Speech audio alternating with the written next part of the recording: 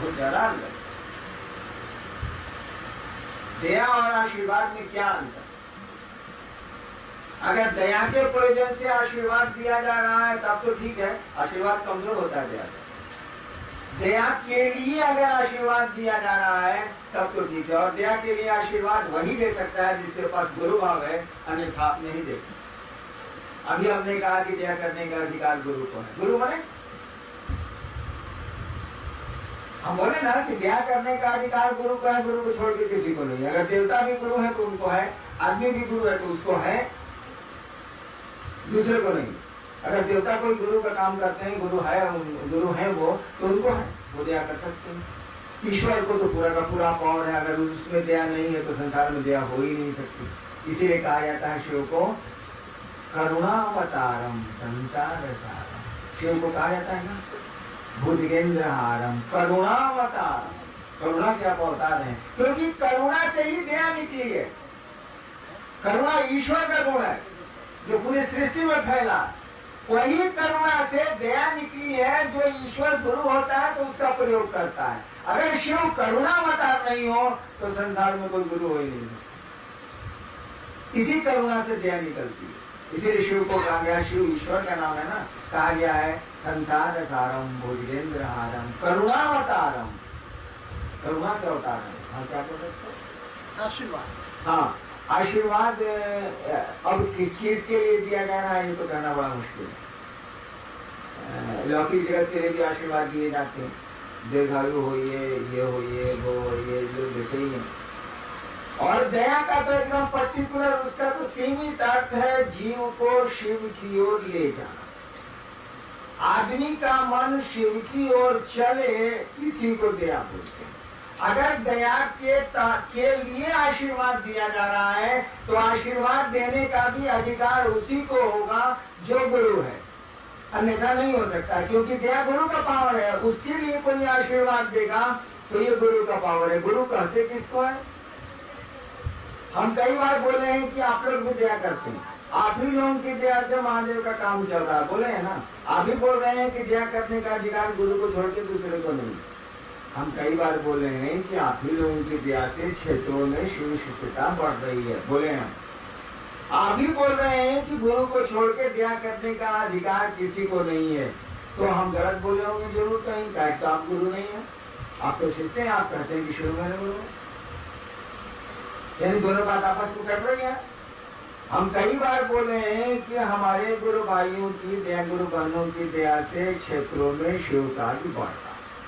अभी आपको बोल रहे हैं कि दया करने का अधिकार मात्र गुरु को है, दूसरे किसी को नहीं है। देवता भी गुरु होंगे तो उनको है, राक्षस भी गुरु होंगे तो उनको है, आदमी भी गुरु होगा तो उनको है, कमोबेश।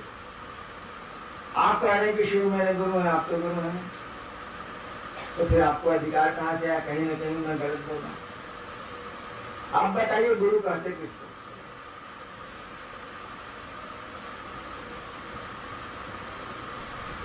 बाप कहते किसको? दोस्त कहते किसको है? पत्नी कहते किसको? बेटा कहते किसको? अरे जिसके मन में पिता के प्रति भाव हो सो बेटा,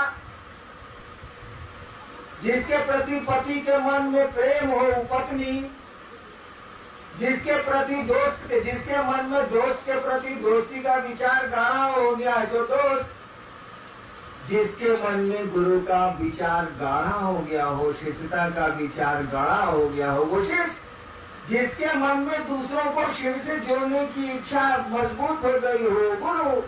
कहीं गुरु का काम है कि वो जीव को शिव की ओर ले चलते हैं। आप क्या कर रहे हैं भाई साहब? धकेल रहे हैं, ऊपर ले जा रहे हैं। आप लोगों को दारू पीना सिखला रहे हैं कि शिव से जुड़ने की बात कर रहे हैं। आप लोगों को धरती से जोड़ रहे हैं कि शिव से जोड़ रहे हैं? आप लोगों को शिव से जोड़ रहे हैं, जो गुरुओं का गुरु है, जो आपका गुरु है, जो जगत का गुरु है, उससे आप जोड़ रहे हैं। ये काम आपका है कि गुरु जी का है? गुरु शिष्य बनाएगा कि चेला चेला बनाएगा? से बताइए, चेला कहीं चेला बनाता है भाई जी? गुरु ने चेला बनाएगा। आप गुरु नहीं है, काम क्या कर रहे हैं भाई जी? काम कर रहे हैं गुरु वाला।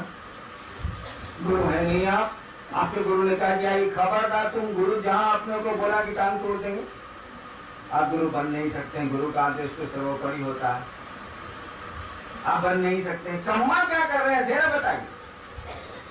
आप वही काम कर रहे हैं जो एक गुरु करता है, लोगों के लिए शिष्य, लोगों को शिव से जोड़ रहे हैं, शिव गुरु से जोड़ रहे हैं। यानी आपका शिष्य भाव उस गुरु के प्रति है, और शिष्य भाव गुरु के प्रति होने से गुरु भाव आप में आया है और वही काम कर रहा है। तो जो गुरु भाव रखेगा सो गुरु है, जो बाप का भाव रखेगा सो बाप है, जो पत्नी का भाव रखेगा सो पत्नी है, जो पति का भाव रखेगा सो पति है, जो दोस्त का भाव रखेगा सो दोस्त है। तो आप गुरु का भाव रखते हैं, गुरु नहीं है, तो गुरु भाव को पावर है ना दया करने का कि नहीं है। इसीलिए मैंने अक्सर कहा है कि हमारे गुरु भाई बहन दया करते हैं क्षेत्रों में, तो शिव का काम बढ़ता है, लोग शिव को गुरु मानते हैं और शिव चर्चाएं बढ़ रही हैं, लोग शिव से बन रहे हैं। तो गुरु भाव में गुरु कहलाता है, आप वो दया करने का अधिकारी है। हाँ, ये बात दूसरी है कि पानी तो जमीन का ही है, भले चापाकल खींचे या बोरिंग खींचे या कुएं से बाल्टी से आप निकालिए, पनिया तो जमीन का। तो दया तो उस महागुरु की ही है, दया तो उस ईश्वर के गुरु भाव की है। उसी से लेके यहाँ धरती पर कोई भी गुरु उसका प्रयोग करते हैं, है उन्हीं की चीज मिलती है हमको आपको। जैसे जैसे शिष्य भाव दीजिएगा गुरु भाव आपको मिलेगा, और उसी से जगत का उन्नयन होता है, जगत का उत्थान। तो आशीर्वाद अलग चीज है, और गुरु भाव के लिए अगर दया के लिए आशीर्वाद दे रहे हैं तो गुरु भाव होना चाहिए, अन्यथा लागू नहीं।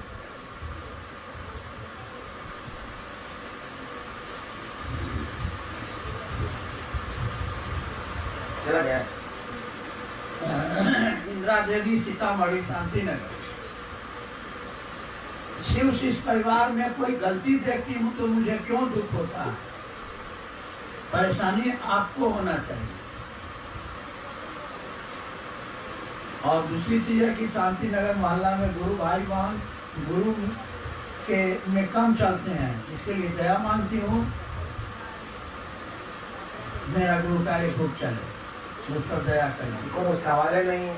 खेत में बैल चढ़ते हुए देख रहे हैं, धान के खेत में तो तू खापो का है हो रहा है। तो आप खेत वाले को होना चाहिए, किसी को होगा कि देखिए कितना बढ़िया धान लगा हुआ है, सारा भैंस घुस के चल रही है, कोई देखने वाला नहीं है।